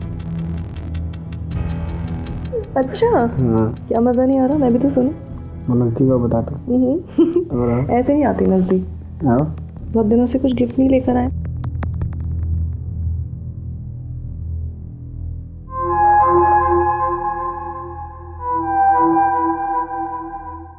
क्या कहा तुमने?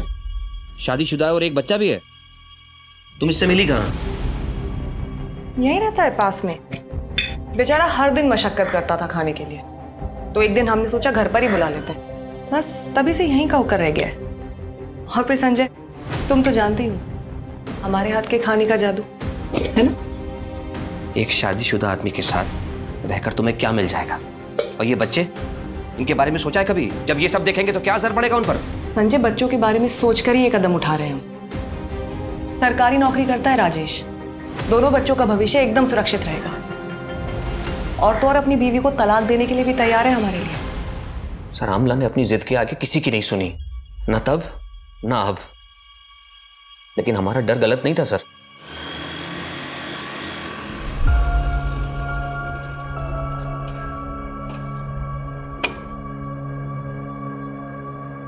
क्या हुआ आमला? मुझे क्यों बुलाया? उसको अब हमें इंटरेस्ट नहीं रहा है।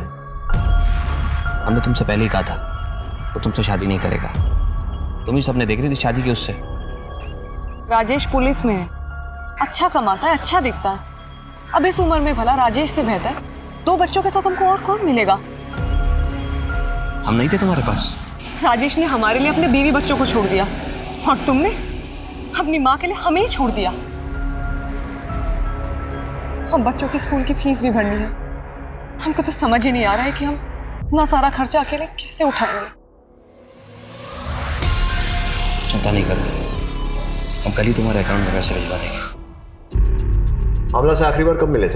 सर, मिले तो नहीं, लेकिन कुछ दिन पहले उसका फोन आया था। किसी प्रॉपर्टी डीलर का नंबर मांग रही थी। हमने वो नंबर फॉरवर्ड कर दिया, और तब से लेकर अब तक हमारी कोई मुलाकात नहीं हुई उससे। हमें उस प्रॉपर्टी डीलर की डिटेल्स चाहिए। जी। नंबर बोलो। दुबे, इस प्रॉपर्टी डीलर से बात करो। मैं गुंजन से पूछताछ के लिए निकलता हूँ। Right sir.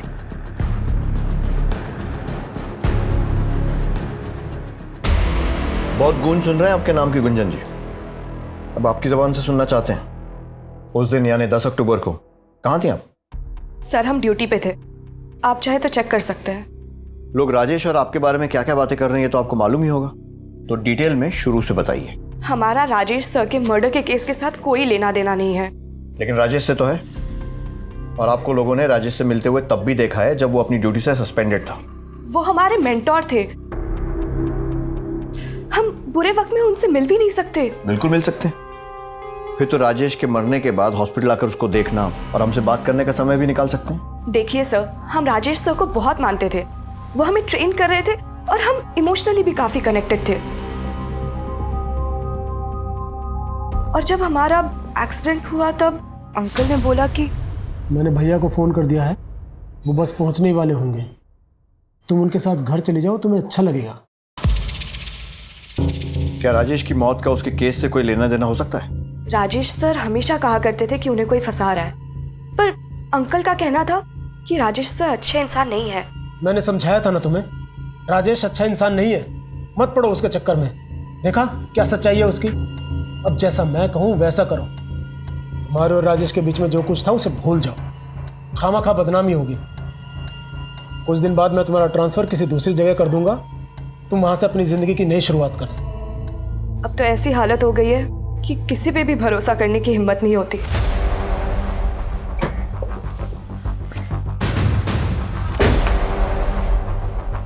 इन्हें पहचानते हो? हमने तो कुछ दिन पहले ही मकान किराए पे दिलाया था। एड्रेस क्या है, लिख के दो।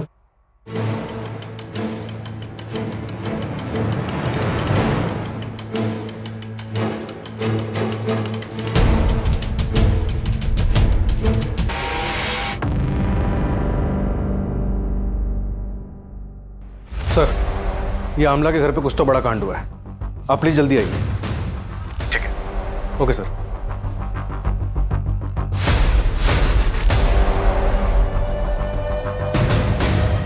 दस अक्टूबर की रात को क्या आपने इस आदमी को यहाँ आते जाते देखा?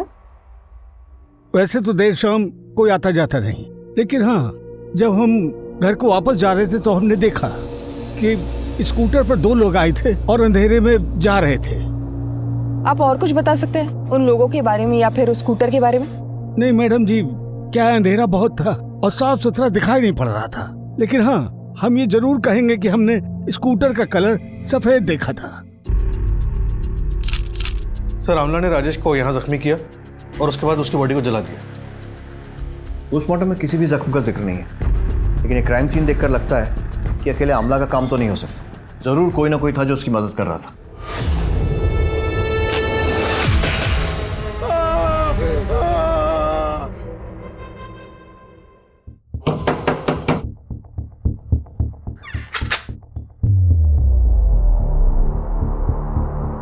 आप कौन?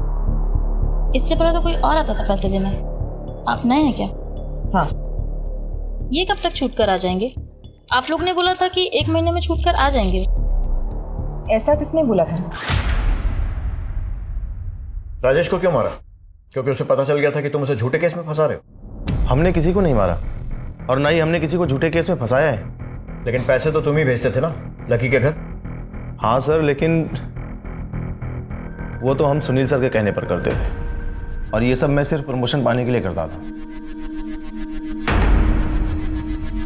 आपके पास क्या प्रूफ है कि मैंने ये किया?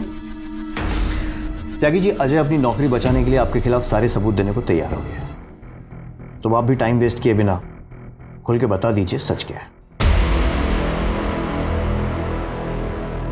जी करता है यूं ही तुम्हारे सामने खड़ी रहूं,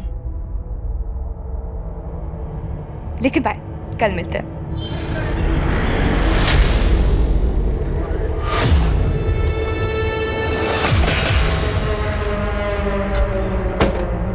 तुम्हें उसे जो सिखाना था तुमने सिखा दिया। तुमसे पहले भी कह चुका हूँ कि उससे दूर रहो, वरना ऐसी जगह ट्रांसफर करूंगा ना कि बिजली पानी को तरस जाओगी। आप मेरा ट्रांसफर तो करा देंगे सर, और गुंजन को कैसे रोक पाएंगे मेरे साथ आने से? जब राजेश फिर भी नहीं माना तो हमने एक तीर से 2 शिकार करने के बारे में सोचा। हमने उसे एक ऐसे केस में फंसाया जिससे हम ही उसे निकाल सकते थे। वो जब भी हमारे पास गिड़गिड़ाते हुआ आता तो हम उसके सामने एक ही शर्त रखते, गुंजन से दूर जाने की शर्त। जब इतना फुल प्रूफ प्लान था तो ऐसा क्या हुआ कि आपने अगला कदम उसे मारने का उठा लिया? हमारा प्लान सक्सेसफुल होता उससे पहले ही किसी ने उसे मार दिया। अपने ही डिपार्टमेंट और अपने पुलिस स्टेशन के इतने काबिल अफसर के साथ खेल खेलते हुए आपको शर्म नहीं आई? सर, अगर ये काम आमला ने किसी के साथ मिलकर किया है तो उसका साथ देने वाला कहीं इंस्पेक्टर सुनील या फिर संजय तो नहीं? क्योंकि संजय हमेशा आमला की मदद करने के लिए तैयार रहता। हमें यहाँ तक पहुँचाने वाला भी संजय ही है। इंस्पेक्टर सुनील सिस्टम से वाकिफ है, वो खुद इस चक्रव्यूह में नहीं फंसेगा। जरूर उसका कोई ना कोई प्यादा होगा जो आमला की मदद कर रहा होगा। सर, मुझे तो कभी कभी लगता है इन सारी औरतों से तंग आके राजेश ने खुद अपना मर्डर प्लान करवाया और खुद आमला को मार के कहीं फरार हो गया। आमला को हर समय पैसों की जरूरत रहती थी। जरा इंस्पेक्टर सुनील और आमला दोनों के बैंक स्टेटमेंट चेक करवाओ। Okay sir. आमला अगर हाथ लग गई तो सच्चाई भी हाथ लग जाएगी। वो सफेद स्कूटर या उन दोनों लोगों के बारे में कुछ पता चला? सर, क्राइम स्पॉट पर जाने वाले सभी रास्ते और आसपास के सभी एरिया के सीसीटीवी फुटेज एक टीम चेक कर रही है। We are checking every possible way. Team से कहो कि कमर कस के तैयार हो जाए, ये कहानी अब क्लाइमैक्स तक पहुंचने वाली है।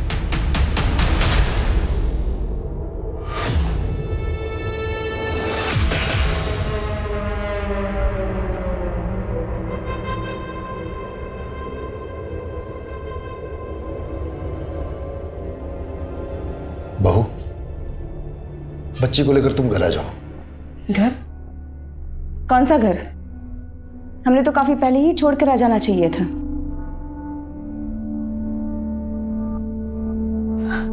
ऐसा ना कहो बहू, ये बच्ची राजेश की आखिरी निशानी है। आखिरी निशानी। इस बच्ची को लेकर इस शहर में जब हम अकेले उसकी जिम्मेदारी उठा रहे थे तब कहाँ था आपका प्यार? लोग नौकरी देने के लिए जिस्म का सौदा करने की मांग कर रहे थे। एक अकेली औरत का इज्जत से रहना कितना मुश्किल होता है आप नहीं जानते। बेहतर है कि आप यहां से चले जाइए। पुलिस ने अपनी तहकीकात में कोई कसर नहीं छोड़ी थी। आए दिन कुछ नए खुलासे हो रहे थे। कभी ऐसा लगता था कि राजेश की हत्या में कोई प्रोफेशनल एंगल है और कभी ऐसा लगता था कि पर्सनल। केस घूमते घूमते एक चक्रव्यूह का रूप ले चुका था और ऐसे में पुलिस को एक और झटका मिला और इस चक्रव्यूह की गति को दुगना कर गया।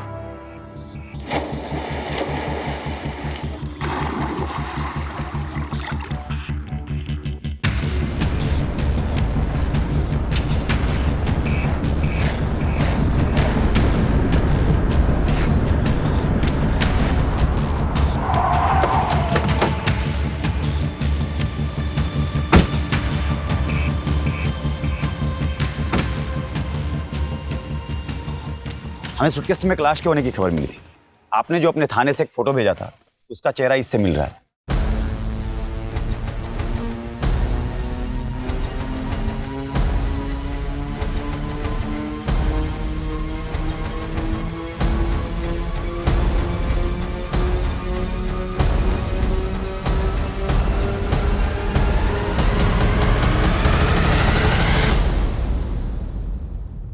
बच्चों का कुछ पता चला?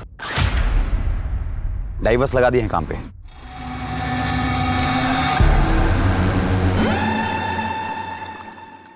दुबे, इस केस ने तो सीधा यू टर्न ले लिया है। जिस अमला को अब तक हम संभवतः दोषी मान रहे थे वो तो खुद विक्टिम निकली। दीपक नगर के आसपास का पूरा एरिया छान मारो, एक एक से पूछताछ करो। इतने बड़े सूटकेस में डेड बॉडी ले जाई गई है, किसी ना किसी ने कुछ तो देखा होगा। Right sir. सर मुझे तो बच्चों की चिंता हो रही है, कहीं उनके साथ कुछ बुरा ना हुआ।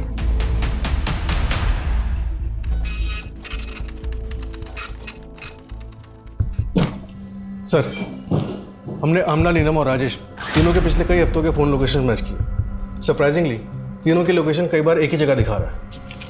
दुबे, अब तक की कहानी हमें जिस दिशा में ले जा रही है, इन तीनों का इंटेंशनली एक साथ होना तो इम्पॉसिबल ही है। जरूर नीलम ही आमला और राजेश का पीछा करती थी। लेकिन सर पिछले कुछ दिनों से नीलम की लोकेशन अलग दिखा रहा है।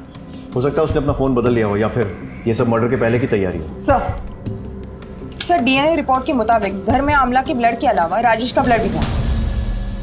दोनों का? लेकिन फिर कातिल ने इतनी अलग अलग तरीके से दोनों को ठिकाने क्यों लगाया? सर दोनों को मारने का मोटिव गुंजन और नीलम के पास ही। हो सकता है गुंजन को आमला के बारे में पता चल गया हो और उसने दोनों को मार दिया। तो फिर आमला के बच्चे कहाँ हैं? ये भी हो सकता है कि संजय ने बच्चों को पाने के लिए आमला को मारा और जब बीच बचाव के लिए राजेश आया तो उसे भी मारना पड़ा। लेकिन सर उस प्रॉपर्टी डीलर का एड्रेस हमें संजय नहीं दिया था। सर मिले तो नहीं, लेकिन कुछ दिन पहले उसका फ़ोन आया था। किसी प्रॉपर्टी डीलर का नंबर मांग रहे थे। You're right, हम अपने मदद करने वालों पर शक नहीं करते, लेकिन हो सकता है मदद इस बार किसी इरादे से की गई। इस केस में हम किसी को भी रडार से बाहर नहीं जाने दे सकते। साहब इसमें हमारी कोई गलती नहीं है। जितना पूछा है उतना बता। हमें पता चला है कि सूटकेस तेरे सामने फेंका गया था। हाँ पर वो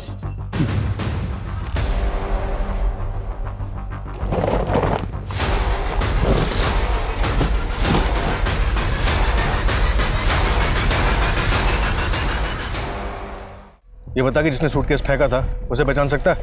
हाँ पहचान सकता हूँ साहब, वो आप ही लोग में से थे।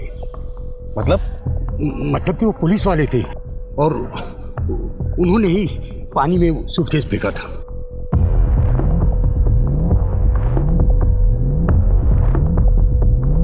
ये था? नहीं। ये? नहीं, ये भी नहीं। ये? यही था साहब, यही था। क्या हुआ साहब? ये नया सूटकेस पानी में कहाँ फेंक दिए?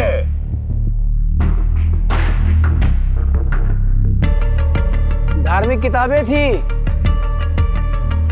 दीमक लग गई थी तो सोचे रोड पे फेंके तो पाप चढ़ेगा ना, इसलिए पानी में फेंक दिए। राजेश ने आमला को मारा तो फिर राजेश को किसने मारा होगा? चल क्या रहा है ये? सर पोस्टमार्टम रिपोर्ट से साबित होता है कि राजेश की मौत आमला की मौत के 5-6 घंटे के बाद हुई थी। सर एक सीसीटीवी फुटेज में हमें उस व्हाइट स्कूटर पर 2 लोग दिखाई दिए, लेकिन वो फुटेज इतनी क्लियर नहीं है। सर ये देखिए, फिर हमें ये एमके रोड का फुटेज मिला है जिसमें इस व्हाइट स्कूटर का नंबर साफ दिखाई दे रहा है और जिसके नाम पर रजिस्टर्ड है उसका पता चल गया है। तुम्हारे मोबाइल की लोकेशन उसी जगह मिली है या राजेश जली हुई हालत में मिला था? तो भलाई इसी में है, सीधे सीधे सब कुछ बता दो।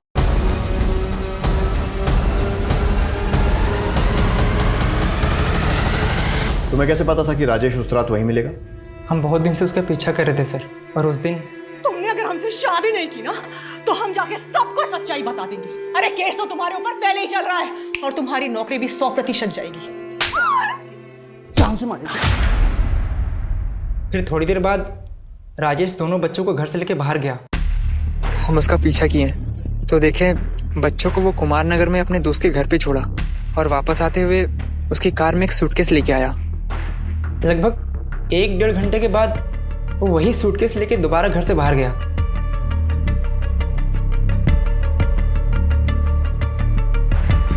हमको कुछ गड़बड़ लगा सर, इसलिए हम अपना दोस्त को फोन करके बुला लिए। उसके बाद हम दोनों राजेश की गाड़ी का पीछा करने लगे।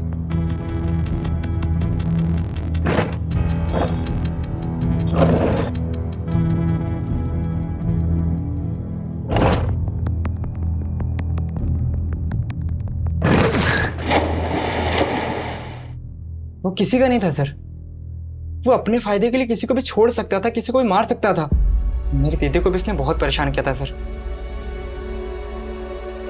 वो जब भी घर वापस आती थी ना सर, सिर्फ रोते हुए आती थी। हम उसको अपनी दीदी का जिंदगी बर्बाद करने का सजा दिए हैं सर।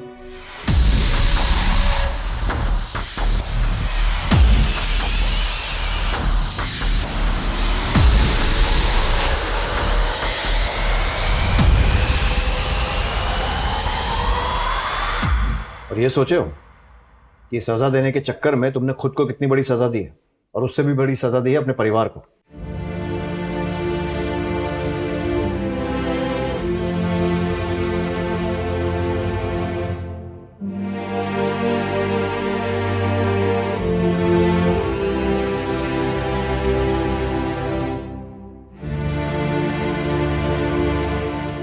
कहते हैं कि एक साथ 2 नावों में सफर करना खतरे से खाली नहीं होता, लेकिन राजेश और अमला दोनों ही ये सफर कर रहे थे।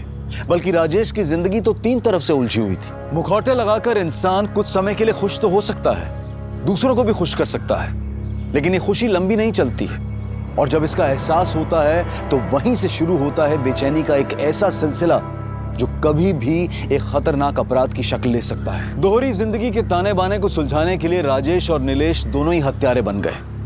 अपनी इच्छाओं को पूरी करना कोई बुरी बात नहीं है, लेकिन हम सही और गलत के बीच के अंतर को समझने की कोशिश नहीं करते हैं, उसके अंजाम की परवाह नहीं करते हैं, और नतीजा हम खुद ही अपनी तबाही के जिम्मेदार बन बैठते हैं। अब मैं अनूप सोनी आपसे विदा लेता हूं। फिर मुलाकात होगी क्राइम पेट्रोल सतर्क के ब्लैक हेडलाइंस अध्याय में एक और चौंका देने वाले केस के साथ। और याद रखें, क्राइम और आपके बीच में सिर्फ इतना फर्क है कि आप कितने सतर्क हैं। सतर्क रहें, सुरक्षित रहें। जय हिंद।